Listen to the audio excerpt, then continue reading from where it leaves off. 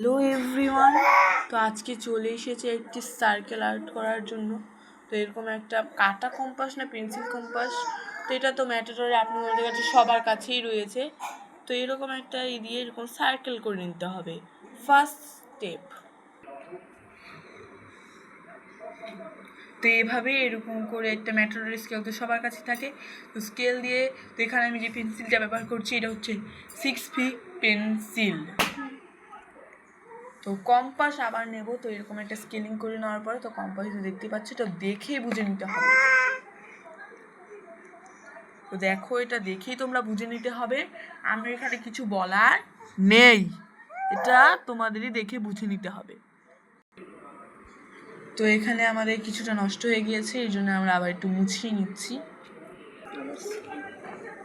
আবার স্কেলিং।